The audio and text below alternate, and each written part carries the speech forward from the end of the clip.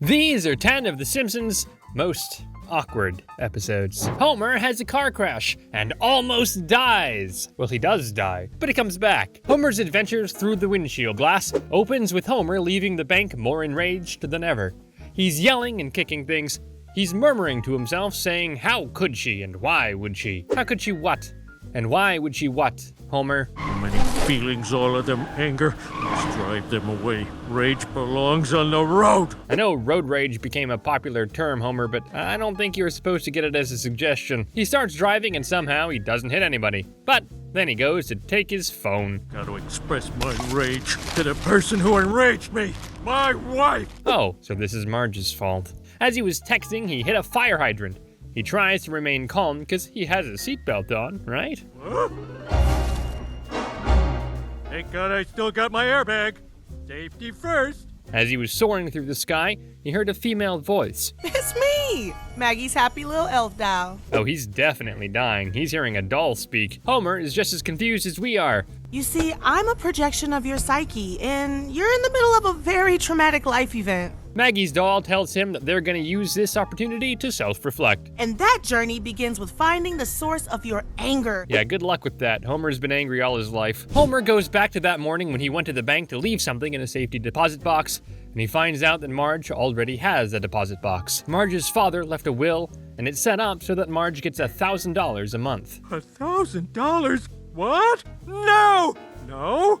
What? Well, how does he think they were paying the bills all those years? He hasn't really been employee of the month. Homer feels awful and betrayed. Marge has been getting all that money for years and she never told me about it. But then anger kicks in, and that's what we've seen so far. Homer remembers that's why he was so angry. It's a blatant act of The term is financial infidelity. But Maggie's doll tells him that anger is the wrong emotion to feel. Homer doesn't understand why she would keep that secret from everybody, but then Bart and Lisa show up from nowhere to tell him that they actually knew about the money. Yeah, that's why I laugh myself to sleep every night. What? Bart's really testing Homer's patience even in situations like these. Maggie's doll tells Homer that everything he thinks Marge did is not true. She's been spending the money on him, his tab at Moe's, his medical bills, paying off Chief Wiggum. It was all Marge. Thank God, I don't have to be mad at Marge anymore. The doll tells him that instead of Marge, he should be mad at Marge's dad. Oh, she shouldn't have said that. Homer is faced with a decision, having peace and closure with what he already knows,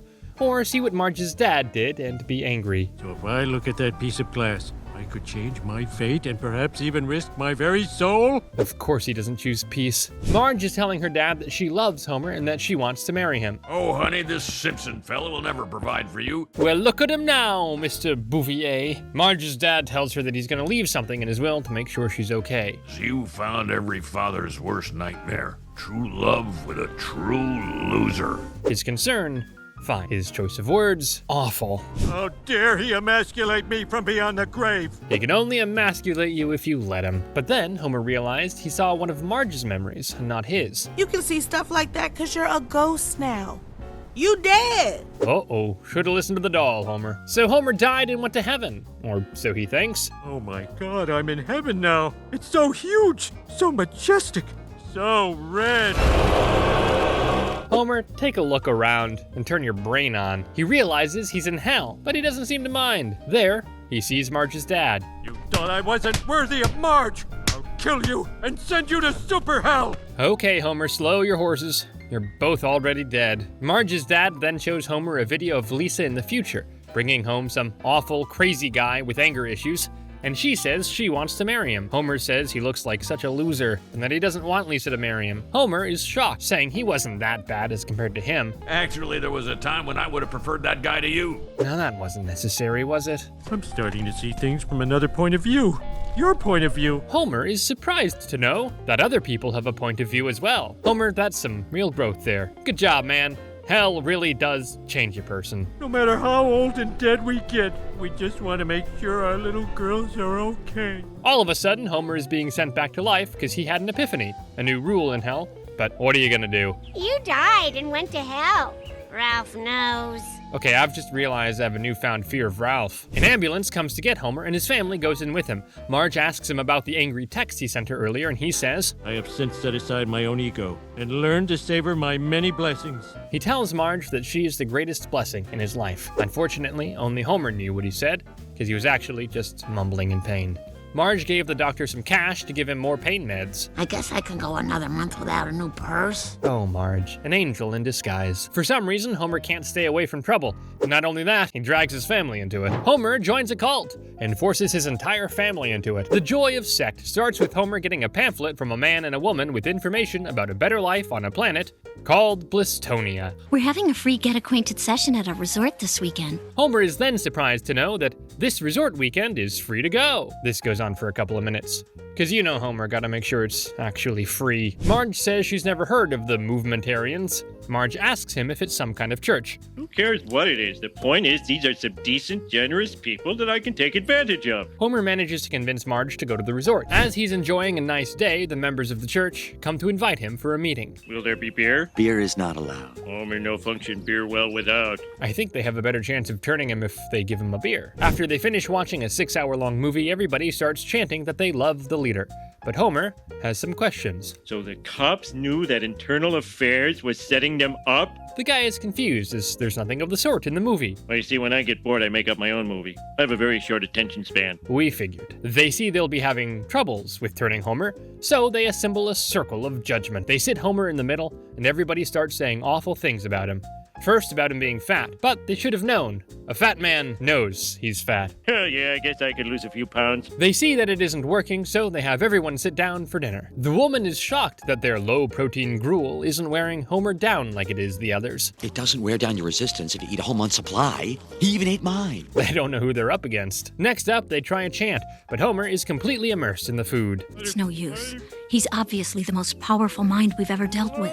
Finally, someone acknowledges Homer's greatness, but he has such a great time there, so he becomes a member. And he also enlists his entire family. All I had to give them was our life savings, the deed to the house. He finally adds that there's also a commitment to 10 trillion years of labor. Can't believe he actually agreed to do any labor.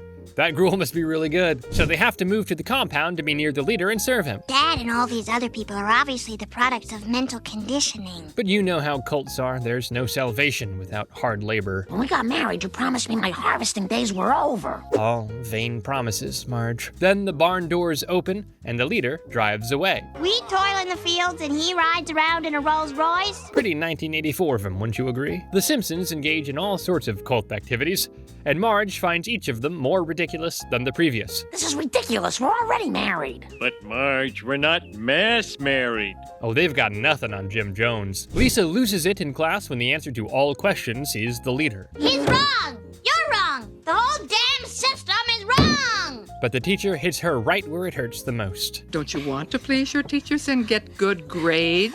Ah, yes. The grading system. The only way Lisa ever feels validated. Marge is getting sick of this whole thing. We hate it here, and your family wants to leave. No, we don't, Mother. We love the leader. So they're all lost. Marge is the only sane one. She manages to escape and ask for help from Reverend Lovejoy and Willie. They kidnap Homer and the kids and try to turn them back. The kids weren't so hard. She just presented them with their new hover bikes. Marge then asks the kids what their opinion on the leader is now. What leader? Take a flying leap as far as I'm concerned. Nothing grabs the kids' attention faster than a new bike. But Homer was a tougher nut to crack. But then he was offered beer. No, must resist temptation. Go ahead, give in, beer. Beer! But the members of the cult break in just as Homer has a drop of beer and they take him away. When they get back to the cult, Homer takes a stand and says that he realized that everything they've been telling him is fake and that the leader was just taking their money.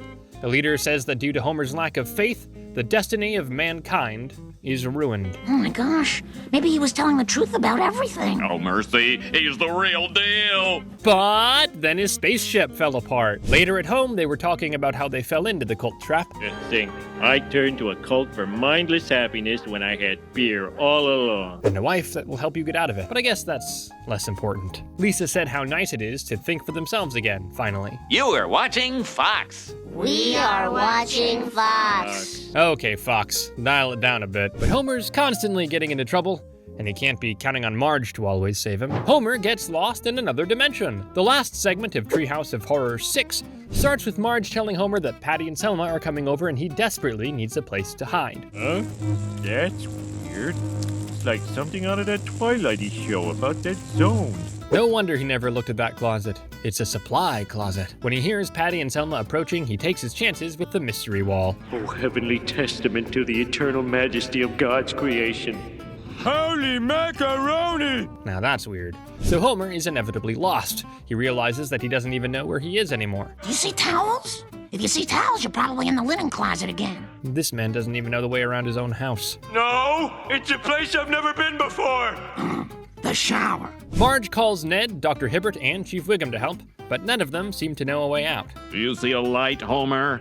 Yes? Move into the light, my son. Why would he say that? He's not dead. They have to call Professor Frink, because this seems like something he'd know how to solve. Homer Simpson has stumbled into the third dimension. Oh wow, I bet that's unimaginable for their two-dimensional minds. Homer realizes he's in way over his head. He also says he doesn't know much about astrophysics. I wish I read that book by that wheelchair guy. I bet that's what any of us would be thinking in a situation like this. So the dimension starts warping and Homer is scared out of his mind. Bart decides to take matters into his own hands and jumps in. I'm gonna be sucked into oblivion. You'll have to jump. Piece the cake, son. Bart is pulled back into his universe and tells everyone that the three-dimensional universe collapsed. I'm sure he's gone to a better place. Ooh, this is the worst place yet. If you haven't figured it out yet, Homer was transported into the human universe. This was quite a trip. Let's get into something a bit more eyes wide shut themed. Homer starts a blog exposing everyone's secrets, which gets him into trouble. The computer war Menace shoes starts with Homer deciding he needs to get on board with the whole computer thing. So he buys the best one there is. Of course, he doesn't know how to use it, but thankfully, he's got Lisa. Soon, he becomes obsessed with it. I got suspended from school today. No kidding. What do you think of my page, Lisa? Be honest. Your child is finally speaking to you, Homer. Don't you have anything to say? They found a switchblade in my locker. Well, a webpage is supposed to be a personal thing. Lisa tells Homer they could sue him for stealing other people's work. I took a swing at a cop. They can't sue me if they don't know who I am. I'll just call myself Mr. X. Sure, ignore your child who's begging for help right there. Homer is upset that his website hasn't gotten a single hit, so Lisa tells him he has to offer people something. Bart tells him about juicy gossip he heard about the mayor. He spent the street repair fund on a secret swimming pool for himself. Bart tells Homer that he got the info from Nelson, and Homer decides that's just the thing his website needs. You don't even know if it's true. Nelson has never steered me wrong, honey. Quimby's gonna have him hanged for this. As soon as the info got out, everybody was talking about it, and the press went straight to the accused. Good Lord, we've discovered the ruins of an ancient city. Okay, you do better. Homer continues exposing everyone's secrets on his website, and even wins a Pulitzer Prize. Well, Mr. X wins it. But then Homer reveals to everyone that he's Mr. X. When people found out his identity, no one wanted to spend time with him, which meant no more scoop. Well, you can't post news if you don't have any. That's a great idea. I'll make up some news. At least don't wear the Pulitzer when you say that. So Homer starts coming up with fake news, and people actually believe them all. They're controlling our minds with flu shots. I knew it. He tells the kids he's happy that they didn't believe in inoculations at all. Poor children. But his fake news spree gets him kidnapped, because apparently one of the fake news was actually real. You see, we're the ones loading them with mind-controlling additives. Homer doesn't understand why would they be doing that. To drive people into a frenzy of shopping. That's why flu shots are given just before Christmas. That's actually pretty smart, and maybe even real. Homer tells him that his family won't stop looking for him, but they've thought of that too. They sent a fake Homer to smooth things over in Springfield. Marge, honey, Fraulein, I'm home. You're not my husband. There's no way they're gonna believe this. To make it up to you, we will go out to dinner at a sensibly priced restaurant. And then he adds that he's gonna show her how Germans do it, which isn't suspicious at all. Well, that sure sounds like a good offer. Homer manages to escape after 4 months of being trapped on that island. Nice to have you back, Homer. The dog thinks so too. I've never seen Santa's little helper that excited to see Homer. Bad dog. The pharmacy mafia wouldn't let them get off so easy. Once you get used to the druggings, this isn't a bad place. Homer says it's wonderful, truly God's place. For them, there's no better place. No work, no bills, just drugs and tea. Maybe Homer should leave the creative work to Bart. After all, he's got that unused energy and potential. Bart starts taking ADD medication, but it makes him a bit paranoid. Brother's Little Helper starts with Ned doing a skit on how to prevent a fire hazard, but unfortunately, his pants actually catch fire. Get the fire hose! Get the fire hose! What's it doing in the gymnasium? Bart, have you lost your... This might be one of his most reckless pranks. Skinner calls Homer and Marge for a serious talk, and he has no time to be nice about it. Bart has a classic case of attention deficit disorder. What else is new? Skinner says that he'll need to expel Bart unless they agree to give Bart ADD medication. A drug? I know Bart can be rambunctious, but he's not some hyperactive monster. Are you sure about that? Homer and Marge go to talk to some doctors about it, and they show them the effects of focusing on rats. They become your slaves. Yes, but it's not about slavery. It's about helping kids concentrate. And it's a bit about slavery, but they won't tell you that. At first, Bart doesn't want to take the drugs, but then Marge pulls out the big guns. I just thought you might love me enough to let me help you. Classic emotional manipulation. Foolproof. Way to guilt him, Marge. It's what I do. And that's what she does best. Bart is a bit iffy about taking the meds, but then sees the effects. When all the kids from his class run to the window to see two dogs fight, Bart stays in his seat. Well, it's not like I never saw a dog before. That doesn't sound like me. Wow, that sounds wrong coming out of Bart's mouth. Later, Lisa was watching Krusty and she ran to tell Bart about what happened, but he dismissed her because he was reading. Did you know most people use 10% of their brains? I am now one of them. At least it's not one of those, I use 100% of my brain people. Everyone is shocked with Bart's progress. He's even tutoring other kids. He's gone from goofus to gallant. And we owe it all to mind-bending pills. How about you give your son some praise, huh? Homer and Marge decide to go out because Bart is so well-behaved now. But after their night out, they see Lisa and Maggie sitting outside the house. Bart's really acting funny. Ray J funny or OJ funny? I don't think that's the point, but honestly, good question. They see Bart wrapped in tinfoil with a crazy look in his eyes. You're probably wondering about the coat hangers. They're to block the satellite that's been spying on me. Okay, crazy guy. Maybe he should be taken off the pill. They ask him who is spying on him, and he says it's the Major League Baseball, which makes him sound even more insane. Marge, I think Bart's gone crazy.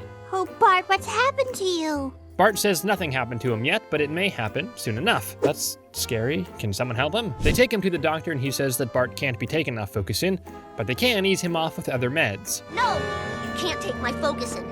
I need every brain cell blazing to outwit my invisible enemies. Maybe if you stopped fueling them with your crazy words, they wouldn't be considering it. Bart takes a handful of Focusin and runs off. He must feel so helpless and scared. Don't stop thinking about tomorrow. Yeah, I don't think he's helpless at all. Bart goes straight to the school in his tank. My God, is she brave, standing up to that freaked out junkie. That's your son you're talking about, in case you forgot. Marge begs Bart to come out and he says he will, just as soon as he shoots something. First, he points it to the school. No, stop. Think of the children. She's such a spirit animal. How can anyone dislike her? Then he points it to the church. Of the church, Jesus lives there. Like he cares about religion. And lastly, Not the sky, that's where clouds are born. Bart shoots at the sky and a satellite falls down, and it's Major League Baseball. I told you they were monitoring my activities. He's right.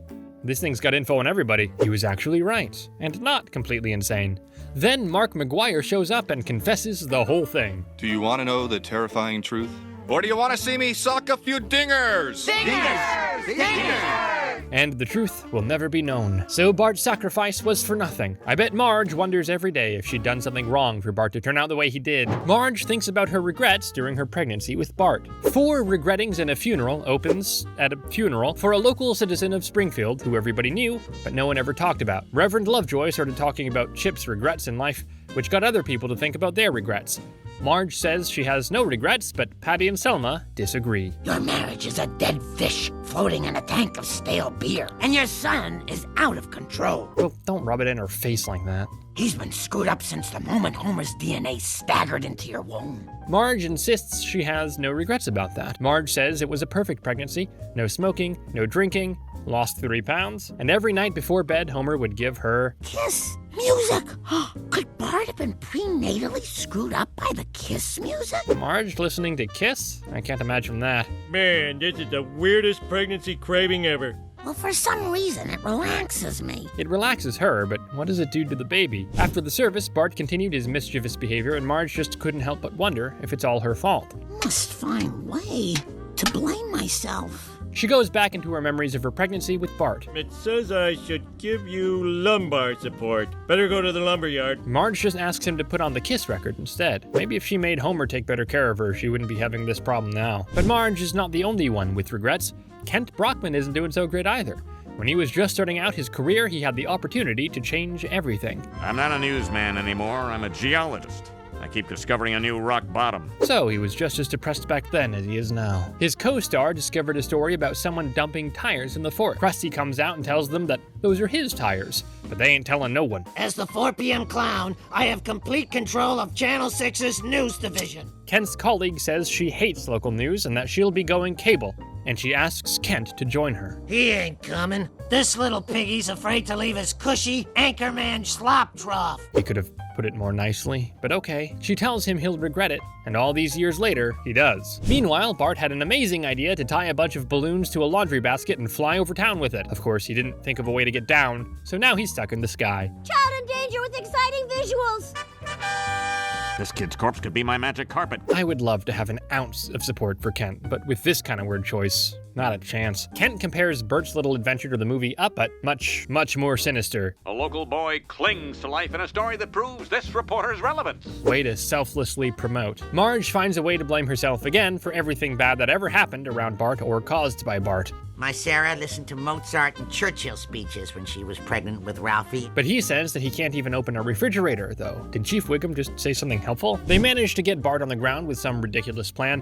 Marge finally realizes the truth about regrets. As long as your family is together, every choice you've ever made is the right one. Yeah, every choice but the one to take an uncharted ride in Disneyland. The Simpsons travel to a different planet and almost get eaten by aliens. The Man Who Came to Be Dinner starts with the family going to Disneyland, if you will, and they become fairly disappointed after 6 hours. They had no fun, but they stumble upon a new ride that doesn't have a line in front of it. But Lisa is concerned since it's not on the park map. Lisa, those maps were drawn by the first explorers of this theme park hundreds of years ago. Homer's cluelessness has really exceeded all expectations. But soon they realize this is not a regular ride. We've left Earth's atmosphere. Prove it. Is that proof enough? 2 aliens show up on a big screen and tell them there's nothing to be afraid of. I am Kang the Abductor. What the? This isn't Halloween? Call yourself the Abductor, but claim there's nothing to be afraid of.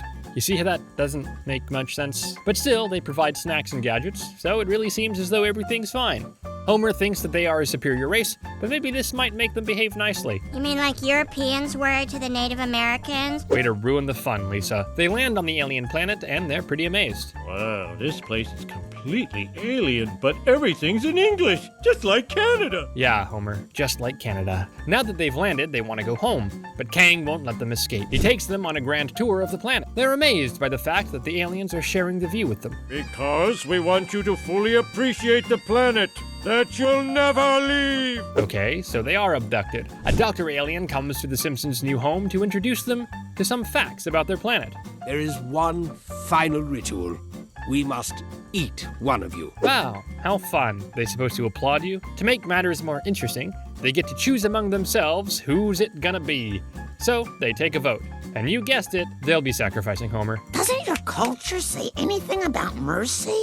Let's see. Skull crusher, skin peeler, eyeball popper. Oh, ew. Disgusting. Say less. But just as they were about to sacrifice Homer, a transporter beam appeared and saved him. We are the Resistance. We don't believe in the barbaric consumption of other species. So, vegans. They promise Homer they'll get him back to Earth, but he's wondering about his family. It's just your sex mate and spermlings. Sex mate? Clearly you've never been married. I bet Homer would be thinking differently if he wasn't married to Marge. Homer goes to save his family, but instead they're all served on platters and ready to be eaten. But all of a sudden, their queen starts choking. Turns out the Simpsons are composed of completely indigestible toxins. These humans have been poisoned by their unhealthy fast food diet. Honestly, I'm not surprised. The aliens say they'll be sending them back to Earth. Your memories will fade, so it will be as if none of this ever happened. So, all of this for nothing? So the Simpsons are set off to go home. All the countless planets in the universe, we have evolved into the most inedible species. I don't know if that should be celebrated or frowned upon. Getting sent to another planet surely wasn't on their bingo card.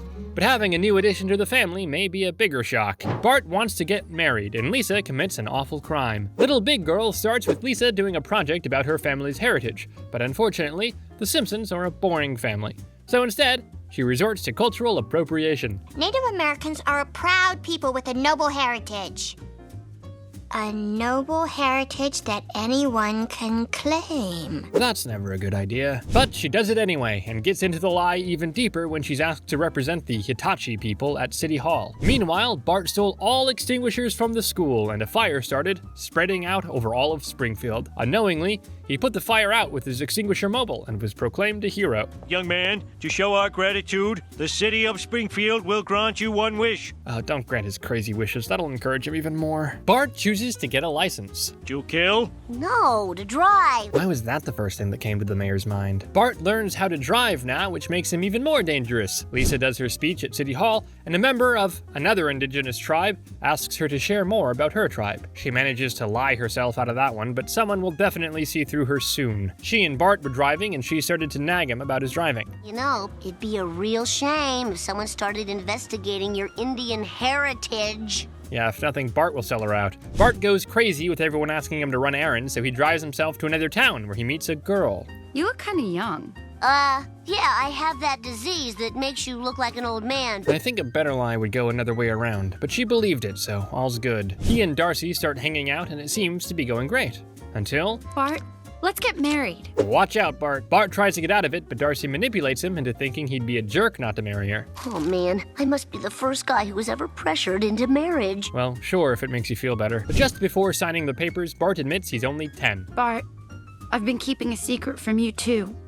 I'm pregnant. Oh, this just keeps getting better and better. Darcy tries to explain to him that he's not the father. But we kissed and held hands at the same time. Wow, you really are 10. Well, what did she think? He doesn't really show off some mature energy. They find out that they can still get married in Utah, where marriage laws aren't so strict. Bart wants to help Darcy out since the real father is a foreign exchange student. Bart left a note at home about his plan to get married to his pregnant girlfriend. I mean, what kind of tramp gets knocked up before she's even married? I did. Homer better start running. Bart and Darcy get to Utah and they're ready to get married. So how many brides will you be marrying today, Mr. Simpson? Just one.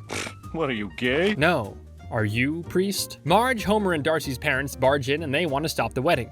Darcy admits Bart is not the father, and she just wanted to marry him so her parents wouldn't be ashamed. Ashamed? I'm thrilled, because I'm gonna have a baby too! They say they can lie and tell everyone that the babies are twins. Amazing plan, really? How about a talk with your child having a child? Later, Bart talked to Homer about what it was like being almost married. I thought Darcy and I would be like a real married couple. Instead, we just ended up fighting all the time. Nobody tell him. Let him live in a fantasy for a little while longer. Bart may be too young to get married, but he ain't too young to make money. Bart starts making money online. Well, not earning it. More like printing it. Game Done Changed opens with Marge catching Bart playing a video game and viciously cursing while playing. Where did you learn to talk like that? Was it Thelma? Always blame the sister-in-law, but really, who else could it be? They forbid Bart to play such violent games, but they give him a game to replace the old one with. You like your new game, sweetie? No. You want to stop playing? No. Perfect. Great parenting, condoning the screen addiction. Marge lets Maggie play the game too, and she already knows her way around the tablet. I guess giving you that thing to shut you up at restaurants really paid off. Wow, okay, another parenting fail. Bart and Milhouse were playing the game, and Bart noticed that even though Milhouse sold the Mohawk, he still has it. Whoa, it's like printing money. It's probably because we're playing on this crappy old computer. Okay, moneymakers. They think of a plan to round up a bunch of nerds to play the game at school so they can earn more money. Meanwhile, Marge wanted to see what's so interesting about the game that's got Maggie so wrapped up in it. She logs on, and soon she realizes Maggie can talk through the game. You're talking with tiny pictures? Talking to my baby. Thank you, screen time. Marge has never been more thankful for technology. Skinner busts Bart's little plan, but Bart knows how to get him on board. What if we gave this train wreck of a school a piece of the action? Bart's a real mastermind. Soon, Skinner and Bart join forces and work together like a well-oiled machine. Oh, Skinner, who knew you were such a devil? Well, I learned from the best. Or should I say the worst? This is oddly disturbing and satisfying to watch at the same time. Meanwhile, Homer also logs into the game, and Marge tells him Maggie can talk. Maggie Hart Donut Man? But I'm Donut Man! She loves me. She loves me. Oh, that's just pure happiness. But Bart's plan reaches its first problem. They've got competition. What do you know? The Montessori school. Bart and Skinner go to the school to talk with their leader, and it turns out it's not the principal, it's a little girl. Bart wants to make a deal with them, so they split the territory, but Skinner has a different plan. We can't go to war with these psychos. Their self-esteem is off the charts. That's what happens when you don't support children in your own school. But Skinner doesn't listen, and he declares war, and also kicks Bart off the whole thing. But soon his plan backfires, and the Montessori kids have taken everything from Springfield. I'm gonna show these kids something they have no idea exists.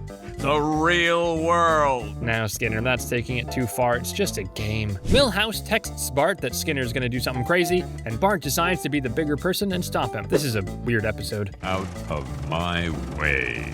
Don't do this, Seymour. Oh, I'm doing it. He's literally ready to bulldoze the school. They took Daddy's money.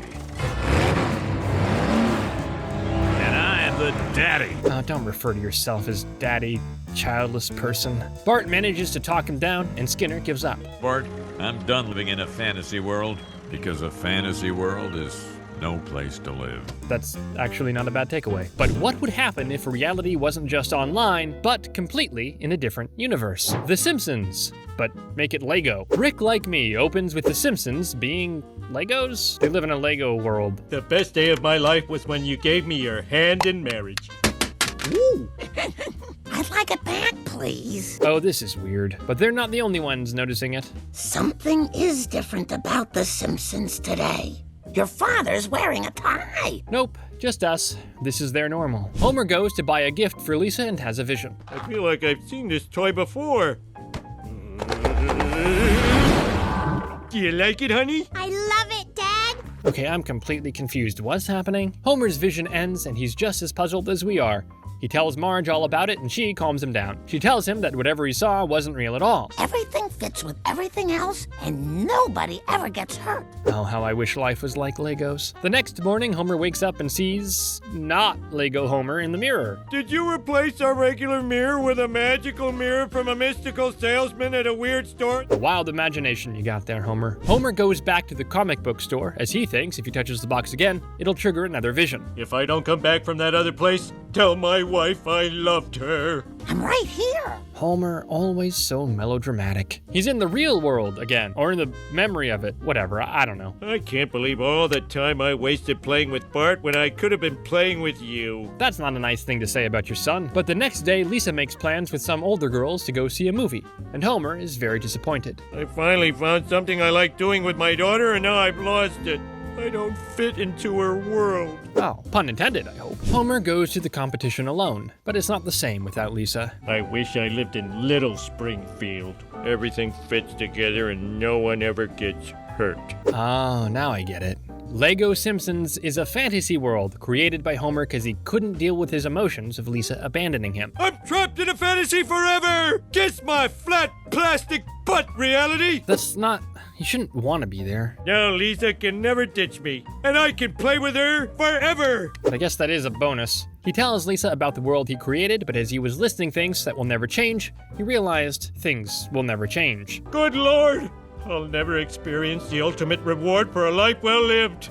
The gentle slumber of death. Yeah, I seriously doubt Homer wishes to experience death, but let's continue nonetheless. He goes to Comic Book Guy in hopes of returning home, but turns out he's the evil guy of the story. But there's one person who can help Homer defeat him. That robot is made out of Batmobile, Hobbit Hole, and SpongeBob playsets. Bart defeats him and Homer manages to go home. In reality, he just wakes up because another Lego statue had actually fallen on top of him. As he woke up, he saw Lisa, who came to the competition because she knew how much it meant to him. He then tells her to go to the movie with her friends instead. If there's one thing I've learned, it's that I can't stop you from growing up. Aww, another Lego story with a happy ending. And that's it. If you enjoyed the video, make sure to give it a like and subscribe to the channel. Don't forget to share your thoughts in the comments below.